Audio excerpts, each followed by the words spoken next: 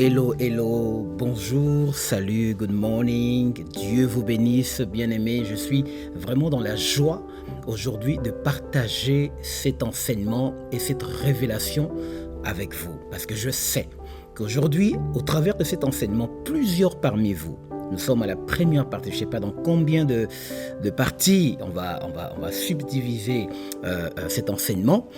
Certainement, ça va prendre peut-être 3-4 parties, peut-être, que Dieu nous aide. Mais je sais que après la première partie, c'est-à-dire après ce que vous êtes en train de suivre aujourd'hui, quelque chose va se passer. Qu'est-ce qui va se passer? Vos yeux vont s'ouvrir et aussi ça va vous équiper. Ça va remplir votre conscience. C'est la révélation de la parole de Dieu, c'est la puissance de Dieu. La Bible déclare, recevez avec douceur la parole de Dieu qui peut sauver vos âmes. Vous allez voir, au travers de ces saintes écritures, on va toucher les points les plus sensibles. On va parler de la sorcellerie dans l'Église.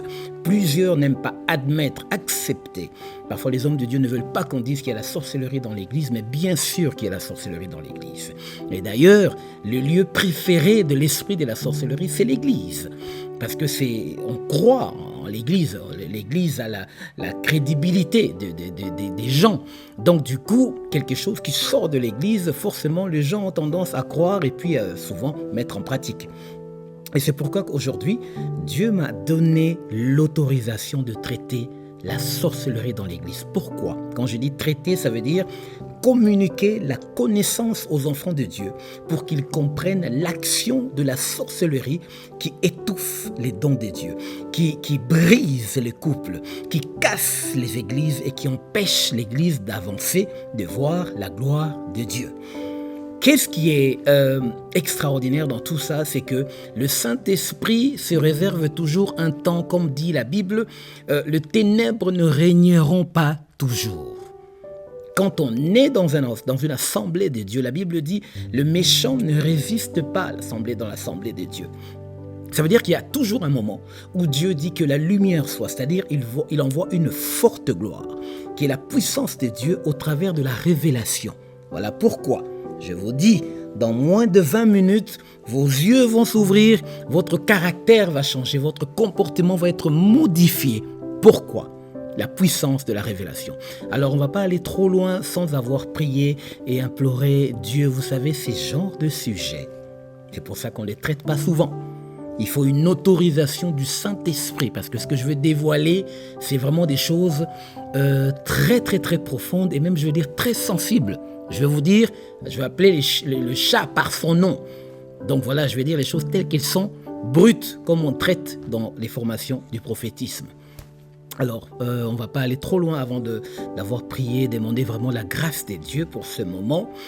Je veux prier et si vous suivez cet enseignement, s'il vous plaît, que vous acceptiez ou pas, que vous m'écoutiez ou pas, que vous le receviez ou pas, si vous voulez suivre cet enseignement, prenez un temps de prière.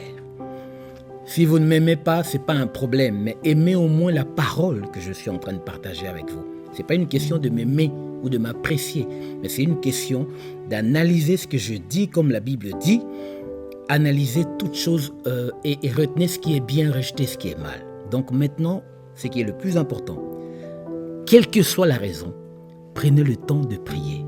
Si vous ne voulez pas prier avec moi, mais vous voulez quand même suivre l'enseignement, il n'y a pas de problème. Donc ce que je vais vous dire de faire dans ce cas, retirez-vous, priez d'abord. Quand on parle de la sorcellerie, quand on décortique Satan par la lumière sainte de la parole de Dieu, il n'est jamais content. Moi, je prie de temps pour parler à Dieu. Il m'a dit, tu révèles tel que tu l'as entendu. Donc je vais dire ce qu'il m'a demandé de dire, l'action de la sorcellerie dans l'Église.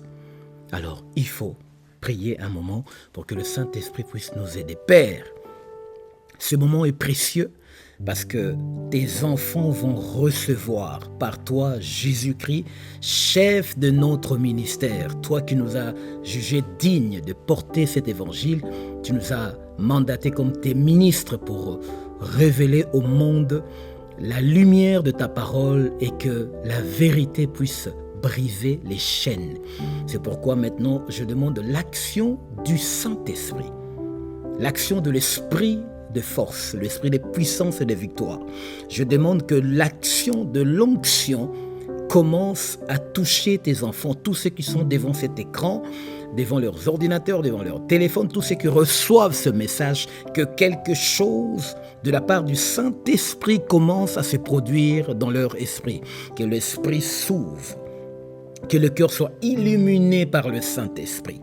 Et je viens couvrir ce moment où ils sont en train de suivre les enseignements sous la grâce de Dieu, sous le sang précieux de Jésus-Christ. Donc, sois premier et dernier durant cet enseignement, soit l'alpha et l'oméga, commence et achève au nom de Jésus-Christ, notre Seigneur et Sauveur. Amen. Alors, donc je disais, je suis vraiment dans la joie de partager cet enseignement. J'ai moi-même vécu dans des milieux où il y avait la haute sorcellerie. J'ai grandi dans une famille où il y avait une haute sorcellerie.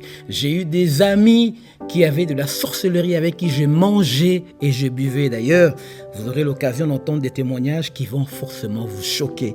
Mais le Saint-Esprit m'a demandé de parler. Moi, j'ai besoin que Dieu me bénisse et je ne veux pas porter la responsabilité du sang d'une personne sur moi. Donc aujourd'hui, je vais parler. Si vous êtes choqués, je suis vraiment désolé. Jésus a dit quelque chose.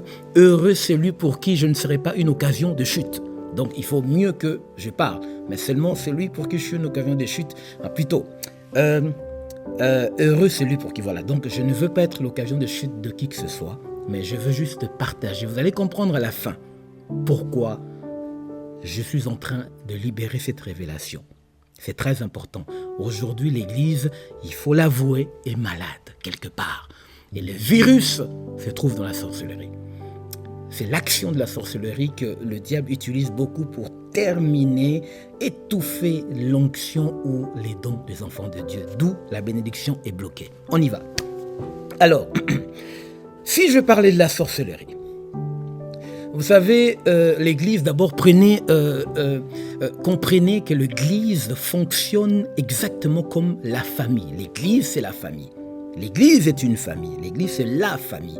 Et c'est pour cette raison qu'on s'appelle des frères et des sœurs. C'est pour cette raison que vous allez voir les disciples, les apôtres eux-mêmes parlaient de frères. Ils disaient sœurs.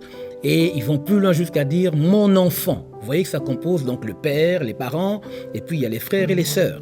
Et c'est important, c'est très important que le concept du pardon, c'est très important que le concept du pardon habite au milieu des enfants de Dieu. Nous devons nous supporter, nous devons nous pardonner.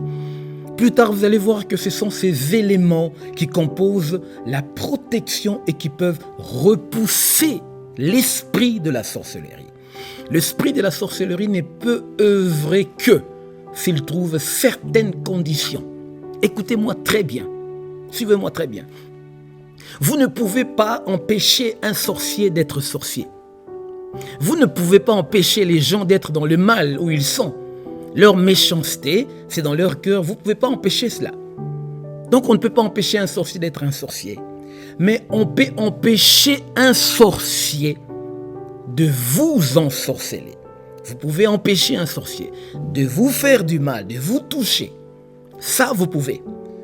Qu'il soit sorcier, ça c'est son problème. Mais vous pouvez empêcher la sorcellerie de vous atteindre. Ça, on peut. Et c'est pour ça que cet enseignement, c'est pour vous révéler la stratégie de cet esprit. Quelles sont les ouvertures qu'il trouve avant d'œuvrer quelque part. J'ai longtemps parlé avec des enfants spirituels qui m'ont parlé de leur mariage, de leurs entreprises. Ah oui, mais j'ai perdu mon mariage à cause de ma famille parce qu'il y a la sorcellerie dans ma famille, la sorcellerie. Oui, c'est vrai. Mais attendez, la sorcellerie ne débarque pas comme ça, avec une baguette magique, boum, et puis ton couple tombe. Jamais de la vie. Cet esprit a besoin des ouvertures. Cet esprit a besoin d'une porte d'entrée. Cet esprit a besoin de trouver accès à ton mariage. Et c'est pourquoi nous allons traiter les éléments qui lui donnent accès pour qu'il puisse détruire après. Bon, je disais donc que la sorcellerie, plutôt l'Église, c'est une famille. Il faut partir de cette conception. Ce concept est important. Prenez l'Église comme une famille. Et vous savez, les problèmes commencent dans la famille parce que vous savez, dans une famille, chacun a son étoile. Chacun a des dons. Ça peut arriver dans une famille, tout le monde a les mêmes dons, oui, ça arrive.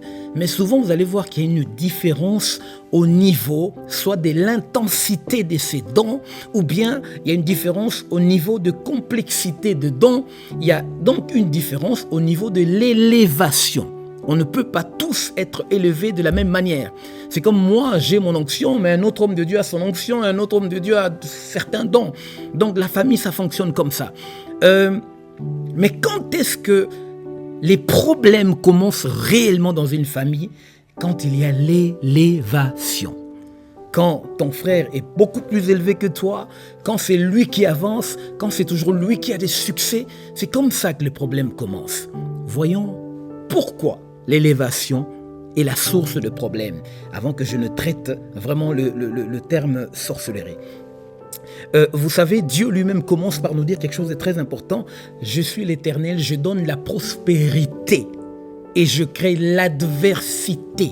Vous voyez, Dieu donne la prospérité, c'est-à-dire quand Dieu bénit, automatiquement, il y a une force de répercussion, une force d'opposition qu'on appelle l'adversité qui suit la prospérité, qui va essayer de s'opposer à ce que Dieu a manifesté. Quand il y a la manifestation de Dieu, les amis, je vous le dis, il y a toujours la manifestation de Satan à côté. Mais le problème, ce n'est pas que Satan se manifeste contre la manifestation de Dieu pour s'opposer.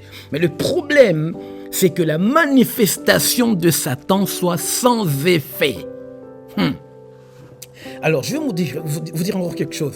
Attention avec cette phrase. Quand on parle, vous allez voir, avec cet enseignement, vos déclarations doivent être fondées. Vos déclarations doivent être couvertes, attesté par le Saint-Esprit. La Bible dit, je confirme la parole de mon serviteur et j'accomplis ce que prédisent mes envoyés. Quand vous dites à chaque fois sans effet, les gens ont l'habitude de dire ça, oui, c'est sans effet, mais attention, tu dis sans effet pour autant que tu sois innocent. Parce que si tu n'es pas innocent, je t'assure, ce qui va arriver, ça sera l'effet. Parce que toi, tu te bases sur les faits, tu veux annuler les faits, mais tu oublies qu'il y a une cause dont tu es responsable. Et l'esprit de la sorcellerie travaille sur la responsabilité des enfants de Dieu. L'esprit de la sorcellerie utilise les causes. Quand il trouve une cause, pour lui c'est une porte, il va forcer jusqu'à ce que la porte lâche. C'est pour ça quand tu dis sans effet, assure-toi que tu n'es pas coupable. Si ta méchanceté témoigne contre toi, au lieu de dire sans effet, il faut dire Seigneur, ta grâce. Seigneur, pardon. Seigneur, je me repens. Et c'est la grâce de Dieu, si tu es sincère, qui va effacer la condamnation. Et là, tu pourras dire sans effet. Dieu soit glorifié. Alors, revenons dans ce concept, l'Église est une famille. Genèse chapitre 4, verset 1er. On va lire le livre de Genèse, chapitre 4, pour voir l'origine de l'esprit de la sorcellerie et ces fameuses ouvertures dont on est en train de parler. Et après, on va traiter le premier sujet qui est... Bon, je vous l'ai dit tout à l'heure. Soyons patients. Alors, Genèse chapitre 4, voyons un peu l'origine de cet esprit de la sorcellerie. J'ai donné plusieurs enseignements là-dessus. Genèse 4, je commence au premier chapitre. Adam connut Ève, sa femme, elle conçut et enfanta Caïn. Et elle dit, j'ai acquis un homme de la part de l'Éternel. Je vais revenir sur un point très important. Les amis, j'ai entendu plusieurs fois jusqu'à aujourd'hui, j'ai même des amis hommes de Dieu qui ont prêché dessus pour dire que Caïn est le fils de Satan et Satan l'a eu avec Ève. Donc Ève a eu des rapports avec Caïn et Ève est tombée enceinte. Non, Ève a eu des rapports, avec Satan et elle est tombée enceinte, elle a mis au monde Caïn. Les amis, vous pensez que la Bible peut avoir honte de nous? Vous pensez vraiment que Dieu est timide, il peut avoir honte pour nous dire la vérité? C'est simple. Adam a connu Ève, c'est-à-dire Adam a eu des rapports sexuels avec sa femme Ève, et Ève est tombée enceinte. Et il enfanta Caïn. Donc Caïn, ce n'est pas un enfant du diable. Non, vous allez voir, je vais vous montrer plus tard, vous allez voir que il n'a jamais été l'enfant du diable. Il est peut-être devenu après. On va voir ça. Donc, j'ai acquis, et puis Adam s'est dit, Ève s'est dit, j'ai acquis un homme de la part de l'Éternel. Elle enfanta encore son frère Abel. Abel fut berger et Caïn fut laboureur. Au bout de quelque temps, Caïn fit à l'Éternel une offrande de fruits de la terre. Et Abel, de son côté, en fit une de premiers-nés de son troupeau et de leur graisse. L'Éternel porta un regard favorable. Les amis, l'élévation commence. Le frère est en train d'être élevé plus que son frère. Et surtout quand il y a le phénomène des petits frères. Vous savez, le phénomène des petits frères, c'est quoi? C'est quand Dieu laisse les aînés, les grands frères de David, il va chercher le plus petit. C'est ça qu'on appelle le phénomène des petits frères. C'est quand Dieu laisse les autres, les Ephraïm, tout ça, il va chercher Joseph, le plus petit. Et dans le phénomène des petits frères, en tout cas, la jalousie ne manque pas. Quand Dieu prend le plus petit pour élever, les grands, les plus âgés ont toujours des problèmes dans leur cœur. C'est souvent comme ça. Alors on voit qu'ici, au verset 3, au verset 4, et Abel de son côté en fit une des premiers-nés de son troupeau et de leur graisse. L'Éternel porta un regard favorable sur Abel. La grâce commence en action. Et sur son offrande, non seulement sur Abel, mais c'est aussi sur son offrande. Les amis, quand on vous parle de l'offrande, vous pensez toujours qu'on veut vous arnaquer, on cherche votre argent, on veut entrer dans vos poches. Non. L'offrande, depuis le commencement, joue un rôle important dans le principe de Dieu. Et si vous voulez, même, je vais vous dire quelque chose. Dieu a commencé avec les offrandes. Dieu a commencé à opérer, à sauver, à travailler avec l'offrande. C'est pour ça que la Bible déclare qu'il a tant aimé le monde qu'il a donné. Vous voyez le phénomène de donner là, c'est très pratique, c'est très fondamental. Dieu a tant aimé qu'il a donné. Donc Dieu lui-même, malgré son il est omnipotent, il peut tout faire, mais pour racheter l'homme, il avait besoin de payer ou de donner quelque chose, d'échanger quelque chose, son fils unique. Donc, il a porté le regard, Dieu portera toujours le regard sur toi et sur tes œuvres. Non, mais Dieu ne voit pas ça, Dieu voit le cœur, mais non, Dieu voit les œuvres que tu poses, les œuvres matérielles que tu déposes. Il porta le regard et sur Caïn et sur son offrande. Ça fait 2 regards.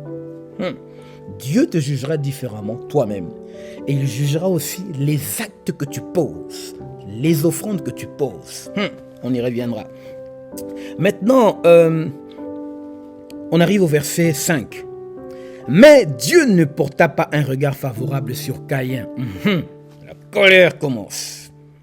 Dieu ne porta pas un regard sur Caïn et sur son offrande. Vous voyez, il n'a pas porté le regard, non pas sur Caïn, non pas seulement sur Caïn la personne, mais il ne porta pas le regard non plus sur son offrande. Ça veut dire que l'offrande influence Dieu. La manière dont tu offres, la manière dont tu donnes a de l'influence. C'est comme ça que Dieu te juge en fonction de ce que tu donnes et que tu poses sur son autel. Si ça, vous n'arrivez toujours pas à comprendre ça, eh bien, ça va être trop tard un jour. Dieu regarde ce que tu fais pour lui. La Bible déclare, on vous mesurera de la manière dont vous mesurez. On va revenir. Alors, qu'est-ce qui s'est passé au verset 6? Et l'Éternel dit à Caïn, on y arrive. Pourquoi es-tu irrité? Et pourquoi ton visage est-il abattu? Certainement, si tu agis bien. Regardez, pour ceux qui croyaient à ces enseignements où Caïn était le fils du diable, regardez ici. Dieu lui dit, s'il était le fils du diable, Dieu ne lui aurait pas prêché lui-même. C'est Dieu qui est en train de prêcher Caïn en live. Si tu agis bien, tu relèveras ton visage. S'il était vraiment le fils du diable, pourquoi Dieu veut l'emmener dans le bien? Vous voyez? Si tu agis bien, tu relèveras ton visage, et si tu agis mal, le péché se couche à la porte. Et ses désirs se portent vers toi, mais toi, domine sur lui. Donc en cet instant, le mal n'était pas encore dans Caïn, les amis. On dit que le péché était devant sa porte, donc il n'était pas encore entré. Alors en quoi est-ce qu'il était l'enfant du mal? Non, l'homme avait déjà le choix. L'homme avait déjà ce côté, la conscience qui lui permettait de choisir si une voie est bonne ou mauvaise. Caïn était équipé de cette conscience. C'était à lui de prendre la décision. Mais malgré que Dieu a prévenu Caïn, Dieu du haut des cieux, il parle à Caïn. Il dit, fais attention. Mais regardez ce qui se passe au verset 8. Cependant, Caïn adressa la parole à son frère Abel. Mais comme ils étaient dans les champs, Caïn se jeta sur son frère Abel et le tua. Regardez là où on en est. Le péché en question, la chose en question, l'esprit en question, dont Dieu a parlé, a réussi d'utiliser Caïn pour faire du mal à son frère, pour tuer son frère. Au verset 9, l'Éternel dit à Caïn, « Où est ton frère Abel ?» Il répondit, « Je ne sais pas. Suis-je le gardien de mon frère ?» Alors, bien-aimé, pour résumer, c'est la première fois, c'est la toute première fois que l'esprit de la sorcellerie a agi sur la terre. C'est ce jour-là. Ça veut dire un esprit qui récupère le corps d'un homme, qui récupère un humain, l'utiliser pour faire du mal à son prochain. Ça, c'est l'esprit de la sorcellerie. Alors toi qui passes ton temps à faire du mal aux autres, il faut te poser la question, quel est l'esprit qui est derrière toi? Toi qui poses des actes de méchanceté, tu te réveilles un matin, avant de dormir, tu prépares le mal. Tu dis, demain je lui ferai ça. Quel est l'esprit qui est derrière toi? Qui t'utilise? L'esprit de la sorcellerie, c'est un démon qui a besoin d'un corps pour faire du mal à son prochain. Mais maintenant, cet esprit a opéré, mais le problème, vous allez voir qu'il y a eu des choses qui ont fait que l'esprit de la sorcellerie est entré dans la famille d'Adam, dans la maison d'Adam. Il y a eu des choses, malgré que Dieu a intervenu pour empêcher. Vous savez, parfois, vous dites, si Dieu m'avait révélé, Dieu révèle toujours, les amis. Si Dieu m'avait prévenu, Dieu prévient toujours. D'ailleurs, toi, je veux te choquer, tu es pire que Caïn, toi. Tu es pire que Caïn, parce que Caïn, regarde, Dieu lui a parlé. Il n'a pas écouté, c'est vrai, et il est tombé. Mais toi, tous les jours, combien de prédicateurs tu regardes sur YouTube qui te préviennent? Combien d'enseignements tu suis? Combien de prédications tu as suivies à l'église? Combien de prophéties on t'a donné pour te mettre en garde? Mais tu n'écoutes toujours pas. Tu es toujours dans la même chose. Donc tu es pire que Caïn. Caïn écoutait une seule fois la voix de Dieu, toi, partout. Mais tu n'écoutes pas. Alors, les amis, regardez ce qui se passe ici. Il y a eu 3 choses qui ont fait que le cœur de Caïn a été disposé à l'esprit de la sorcellerie. Il a obéi à l'esprit de la sorcellerie parce que il y a eu 3 choses qui ont ouvert la porte de son cœur.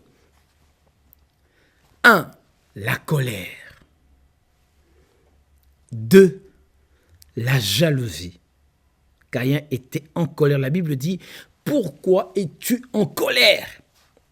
Il y a des gens, quand il y a l'élévation qui arrive dans la vie de son frère ou de sa sœur, oui, mais c'est toujours mes copines qui se marient, moi je suis toujours... Et après, Caïn était en colère. Caïn était jaloux. Et Caïn était arrogant, insolent au verset 9. Regarde comment il répond à Dieu. Suis-je le gardien de mon frère? Suis-je le gardien de mon frère? Donc regardez déjà au niveau, quand il répond à Dieu, suis-je le gardien de mon frère? Mais logiquement, il était le grand frère. Il aurait dû, normalement, dans les normes, il doit être le gardien de son frère parce que c'est le grand frère. Dans la famille, on se surveille, on se protège. Il a déjà refusé ce rôle parce qu'il était déjà animé d'un autre esprit. Il avait versé du sang. Tu sais, quand tu as déjà franchi la limite, quand tu as déjà pris cette décision de commencer à faire du mal à ton prochain, en étant conscient, tu te lèves, tu dis, je veux lui faire ça, tu es décidé. Quand tu traverses cette limite-là déjà, tu perds ce qu'on appelle la conscience chrétienne. C'est-à-dire qu'il n'y a plus une voix qui est en train de te reprocher. Cette voix qui te dit, ne fais pas ça. Mais la Bible dit ça. Elle disparaît, elle se teint. C'est la voix du Saint-Esprit. Quand elle te parle, tu n'écoutes pas à un certain moment, elle se teint. La Bible déclare, n'éteignez pas l'esprit. C'est parce que tu es déjà passé de l'autre côté. Tu es tellement méchant, tu es tellement dans la méchanceté. Tu ne supportes plus de voir les autres évoluer. Tu ne supportes plus de voir la réussite des autres. Qu'est-ce que tu fais maintenant? Tu fais que le mal. Et le mal après appelle le mal. On essaie de te corriger, ça devient encore pire. Parce que la conscience chrétienne a disparu dans ton cœur. Tu es disposé à être utilisé maintenant par l'esprit de la sorcellerie, dont tu deviens un destructeur. Ou bien le compagnon du destructeur. Vous allez voir plus tard, dans la deuxième partie, je vous parlerai de l'assistance du péché et de la participation au péché. Ce sont deux choses différentes. Alors maintenant, qu'est-ce qui se passe là? Ce qui se passe ici est encore très grave. On parlait de l'Église qui est une famille. Vous voyez qu'ici, Caïn a ouvert 3 portes. La colère, la jalousie et l'insolence ou l'arrogance.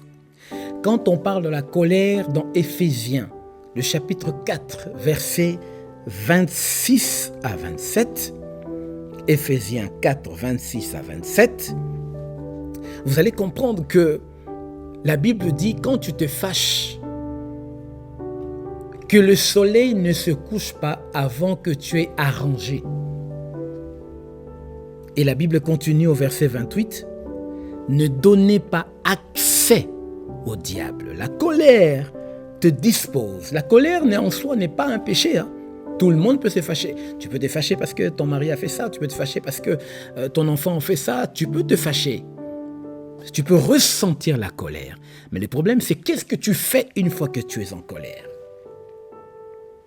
Parce que la colère peut donner accès. La Bible dit ne donnez pas accès au diable. Éphésiens 4, verset 28. La jalousie, ce n'est pas une bonne chose non plus. Parce que c'est lui qui a la jalousie n'a pas l'amour. Parce que quelqu'un qui a la jalousie, il passe son temps à soupçonner, à imaginer des choses. Mais pourtant, quand on regarde bien, là je parle surtout aux femmes, les femmes qui sont jalouses de leur mec, tout et tout là. C'est pas mauvais. Il y a au Congo, parfois, ils ont l'habitude de dire c'est une jalousie bien placée. Mais c'est pas la jalousie mal placée. Mais non, la jalousie, c'est la jalousie. Parce que si vous regardez bien, quand il y a l'amour, la Bible dit l'amour ne soupçonne point. L'amour est patient. Alors quand quelqu'un est jaloux, il n'a pas ces fruits-là. Bon, bref, on reviendra là-dessus après. Et il y a aussi l'insolence, où, toujours dans le chapitre 4 de Éphésiens, chapitre 4 au verset 29, la Bible dit « Qu'il ne sorte de votre bouche aucune parole mauvaise. » Aucune. Mais s'il y a lieu, des paroles qui apportent l'édification et qui répondent la grâce, afin que vous sachiez comment répondre à chacun. Éphésiens 4, 29. Maintenant, on va toucher, vous avez compris un peu c'est quoi l'esprit de la sorcellerie. L'esprit de la sorcellerie aime là où il y a les familles. L'esprit de la sorcellerie aime, parce que si vous êtes seul, l'esprit de la sorcellerie n'a pas besoin de vous seul. Il va faire quoi avec vous? Même s'il vous possède, même si vous êtes sorcier. Ça ne suffit pas. L'esprit de la sorcellerie est un esprit destructeur, avec plusieurs multiples stratégies. Cet esprit a besoin de groupes de gens, des communautés de gens, des assemblées, des familles. Laissez-moi vous rappeler quelque chose. Tout ce qui détruit les familles, les couples, les églises, les associations commencent toujours par la colère, la jalousie et l'insolence. Vous comprenez? Donc tout ce qui détruit le monde commence toujours par ces trois émotions. C'est pour ça que l'esprit de la sorcellerie, il cherche ces trois choses dans l'église, dans les familles, dans les couples. C'est ça qui lui permet d'opérer, d'entrer ou de trouver des ouvertures et commencer à s'installer.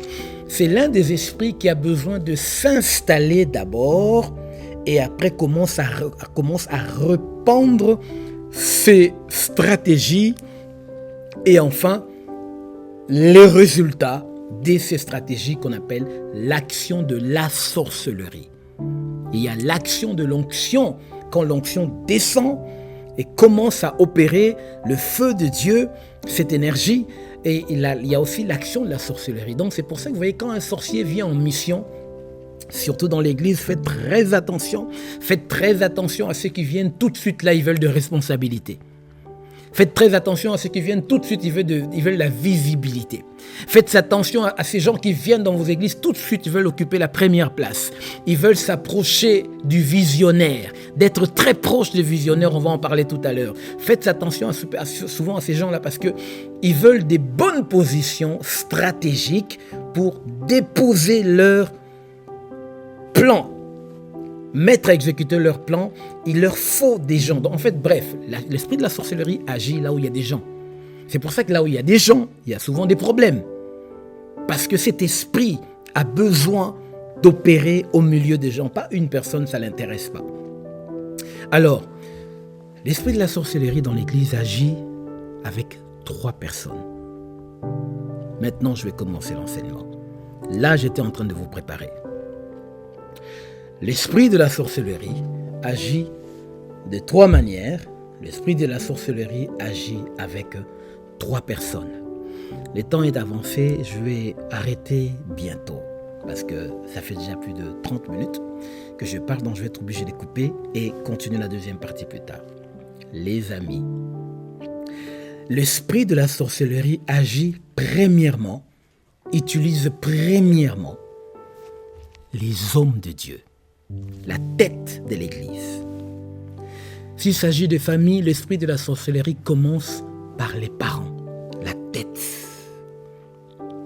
La Bible déclare, si c'est lui qui dirige à égard aux paroles mensongères, tous ses serviteurs seront des méchants. Et la Bible déclare, quand la tête est malade, en tout cas c'est le corps entier qui ne va pas bien. Donc la première opération de l'esprit de la sorcellerie, il aime récupérer d'abord le serviteur. En d'autres termes, les visionnaires. Homme de Dieu, je dois parler, c'est très important. Excusez-moi, je n'attaque personne. Mais je suis en train d'expliquer comment on peut contrer cet esprit, l'empêcher de détruire nos églises, comme il est en train de ridiculiser aujourd'hui. On voit ce qui se passe dans les réseaux sociaux. L'esprit de la sorcellerie est vraiment en train de ridiculiser l'église, ridiculiser les visionnaires. Et les agents de Satan sont en train de prospérer. Après avoir prié, Dieu m'a dit, fils, mon fils, parle. Donc je vais devoir parler et vous allez comprendre qu'ensemble, nous pouvons freiner ce fléau. Nous allons peut-être pas faire disparaître la sorcellerie dans l'église, mais nous allons contrer son action et nous allons ouvrir les yeux du peuple de Dieu. Donc l'esprit là, il commence par les hommes de Dieu parfois. Je vous explique pourquoi. Quand il entre dans l'église, vous avez vu que Caïn, c'était un problème de jalousie. Très souvent, cette porte qui est la jalousie, ça ouvre les portes. Si homme de Dieu, vous n'êtes pas prudent à l'église, faites très attention. Souvent, les hommes de Dieu sont jaloux de leurs enfants spirituels. Ça, c'est le premier point que je veux traiter. Souvent, il y a des hommes de Dieu qui étouffent leurs enfants spirituels. Pendant que leurs enfants spirituels manifestent les dons, tu vas voir le parent spirituel, il ne se sent pas bien dans son cœur. L'enfant prêche, prophétise, libère les dons de puissance. Tu vas voir le parent lui-même commencer à combattre son propre enfant spirituel. Pourtant, cet enfant spirituel est en train de libérer l'onction, sa propre onction, à lui, l'homme de Dieu, qu'il a formé. Vous allez voir, l'homme de Dieu va faire des choses. Ça va pas passer. Et vous avez vu le vieux prophète dans la Bible qui a tendu un piège au jeune prophète. Et le jeune prophète est mort et tombé dans le panneau. Souvent, certains hommes de Dieu oublient. Hommes de Dieu, vous ne pouvez pas être jaloux de vos enfants spirituels. Vous ouvrez une porte à la sorcellerie. Dès l'instant où tu commences à appuyer, comme on dit, bouton sur tes enfants spirituels, tu les empêches d'évoluer. Parce que tu vois la manifestation de la grâce de Dieu dans leur vie. Tu commences à mettre des bâtons dans le roue. Tu commences à les salir. Tu commences à les empêcher d'évoluer. Vous vous exposez à l'esprit de la sorcellerie. L'esprit de la sorcellerie peut te récupérer parce que tu es en colère, tu es jaloux de ton enfant spirituel et c'est ça qui peut amener des problèmes. D'autres serviteurs de Dieu se font utiliser par l'esprit de la sorcellerie. Pourquoi? Parce que sa femme monte plus que lui. Parce que sa femme brille plus que lui. Pour ceux qui me connaissent, vous savez que ma femme est très très populaire dans les réseaux. Mais moi, par exemple, c'est elle qui me force. C'est elle qui me pousse à faire certaines choses dans le réseau. Elle dit, il faut le faire. Je dis oui, je vais le faire, j'ai pas le temps. J'ai autre chose à faire. Mais je le fais quand même parce que c'est un outil puissant pour l'évangile. Mais qui est derrière ma femme? Qui est le producteur de ma femme? Qui fait ceci? Qui investit? Qui fait ceci? C'est moi. Je n'ai pas besoin de regarder pour... Mais non, c'est son étoile. C'est que moi, je dois comprendre, je ne dois pas être jaloux de ma femme ou de mes enfants spirituels. Pourquoi? Parce que David ne peut pas tout accomplir, il aura des limites. Il faudra un Salomon pour continuer la vision. Donc maintenant, si j'empêche mes enfants d'évoluer, imaginez que David est jaloux de Salomon. Qui va bâtir les temples, les amis? Homme de Dieu. Tu ne sais pas qui tu es en train de freiner. Tu ne sais pas qui tu es en train de bloquer, d'étouffer. Peut-être cet enfant-là spirituel, c'est lui, Salomon, qui va t'ouvrir des portes. Peut-être cet enfant spirituel, c'est lui, Josué. Peut-être cet enfant spirituel, c'est lui, Élisée, qui va récupérer la double portion. Donc, certains hommes de Dieu se sont vus utiliser et faire des choses abominables contre leurs propres enfants, contre leurs propres femmes. Parce que la femme avance et ils se sentent humiliés. Mais pourquoi je me sentirais humilié? Parce que ma femme évolue. Mais toute la gloire, là, tout l'honneur, ça revient. C'est qui son mari? Ah, c'est la femme de... Ben oui, on va dire c'est la femme de Nathan. On va dire, ah oui, c'est le fils spirituel de Nathan. Aujourd'hui, mon père spirituel n'est pas ici. Mais quand les gens vont le voir, ils disent, ah oui, vous êtes le père spirituel du prophète Nathan. Tout l'honneur revient à lui. Et s'il avait appuyé un bouton pour m'empêcher d'évoluer, les amis, on en serait où aujourd'hui? Donc, l'esprit de la sorcellerie, parfois dans l'église, récupère le berger lui-même, les parents spirituels eux-mêmes, et les utilise. Et là, ça étouffe la grâce de Dieu, ça étouffe les dons des enfants spirituels. Et je vois même dans certaines églises, quand l'homme de Dieu n'est pas là, rien ne fonctionne. Parce qu'il n'y a pas d'héritier. Il n'y a pas d'héritier. Personne ne manifeste la grâce comme lui. Il veut rester. Écoutez, je vais vous choquer. Un homme de Dieu m'a dit ceci. Je suis désolé, je suis en train de parler. Il dit, prophète, toi tu parles trop. Tu sais, les enfants de Dieu, il faut les laisser comme ça. Tu dois leur montrer que quand tu n'es pas là, c'est toi les visionnaires. Rien ne marche. Tu ne montres pas tout. Tu montres juste un petit peu, mais le reste, tu dois garder parce que c'est toi les leaders. Quand je le regardais, j'ai dit, Dieu, aie pitié de lui.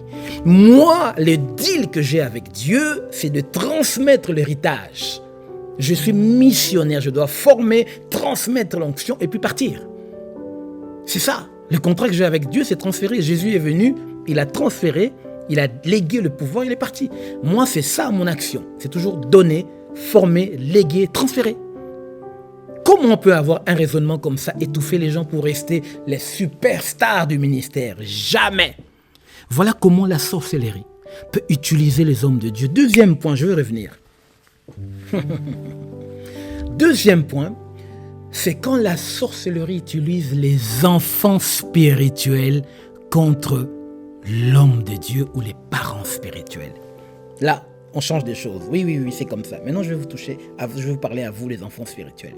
Il y a des enfants spirituels durant mon ministère. Jusqu'aujourd'hui, je me demande, est-ce que c'est Dieu qui les avait envoyés ou bien c'est Satan qui les avait envoyés?